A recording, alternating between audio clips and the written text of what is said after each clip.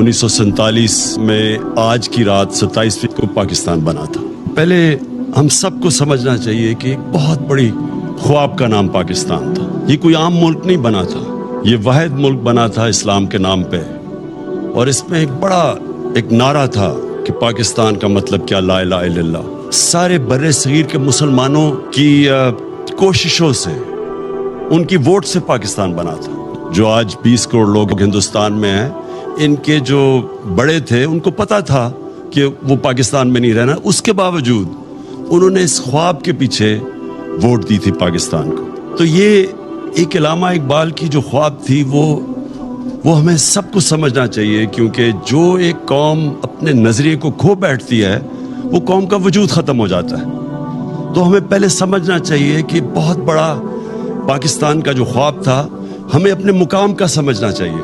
تو آج اس عبادت کی رات میں سب سے آپ سے چاہوں گا کہ آپ دعا کریں پاکستان کے لیے، کہ ہم اس خواب کی طرف جائیں جو بدقسمتی سے ابھی تک ہم نہیں جا سکے۔ یاد رکھیں، ہمارا جو قرارداد مقاصد تھا اس میں واضح تھا کہ پاکستان نے ایک اسلامی فلاحی ریاست بننا تھا، اور وہ مدینہ کی ریاست کے اصولوں کے اوپر کھڑا ہونا تھا۔ وہ جو تھی مدینہ کی ریاست، وہ ایک نبی صلی اللہ علیہ وسلم کی سنت تھی کہ اللہ نے ہمیں حکم دیا تھا کہ ان کے قدموں پہ، ان کے شریعہ پہ، ان کے راستے پہ چلو۔ تو مدینہ کی ریاست ان کی سنت تھی، اور وہ کیوں اللہ نے ہمیں حکم دیا تھا؟ کیونکہ وہ ریاست نے بنیاد رکھی تھی دنیا کی سب سے عظیم سویلائزیشن۔ مسلمان نے کئی 100 سال دنیا کی امامت کی، ہر طرح سائنسدان بھی ٹاپ مسلمان تھے، ہر کلچر میں، تہذیب میں سب سے آگے تھے۔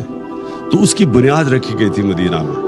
تو یہ پاکستان کو اس اصولوں پہ ہمیں کھڑا کرنا چاہیے تھا۔ ہمیں پہلے لا الہ الا اللہ کا مطلب سمجھنا ہے۔ لا الہ الا اللہ کا مطلب، جب آپ اللہ کے سوا کسی کے سامنے نہیں جھکتے، انسان آزاد ہو جاتا ہے۔ اور جو ہماری یہ زنجیریں جو ہمیں زمین پہ رکھتی ہیں، یہ جب تک لا الہ الا اللہ کا مطلب ہم نہیں سمجھتے، وہ زنجیریں ٹوٹتی نہیں ہیں۔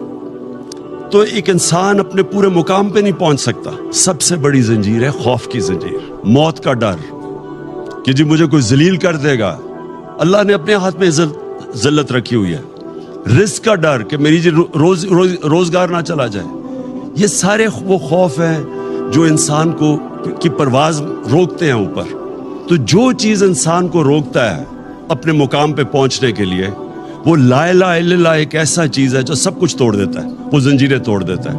وہ جو ہم نے بننا تھا، اس راستے پہ ہم پھر واپس جائیں۔ جو ہم بدقسمتی سے اپنا راستہ کھو بیٹھے، اور ہم اپنے وہ جو پوٹینشل اللہ نے جو ہمیں طاقت دی ہوئی ہے، جب اس نے کہا میں تمہیں اشرف المخلوقات بنایا ہے، سب سے عظیم مخلوق، انسان فرشتوں سے بھی اوپر چلا جاتا ہے لیکن گرتا ہے تو جانوروں سے بھی نیچے چلا جاتا ہے۔ تو ہم کچھ بھی بن سکتے ہیں، ہم زمین پہ چونٹیوں کی طرح بھی جا سکتے ہیں، اور ہم پھر فرشتوں سے بھی اوپر جا سکتے ہیں۔ یہ ہمارے اوپر ہے، اور یہ تب ہم سمجھیں گے کہ ہم کتنا اوپر جا سکتے ہیں جب ہم لا الہ الا اللہ کا مطلب سمجھ جائیں اور وہ ہمارے دلوں میں آ جائے۔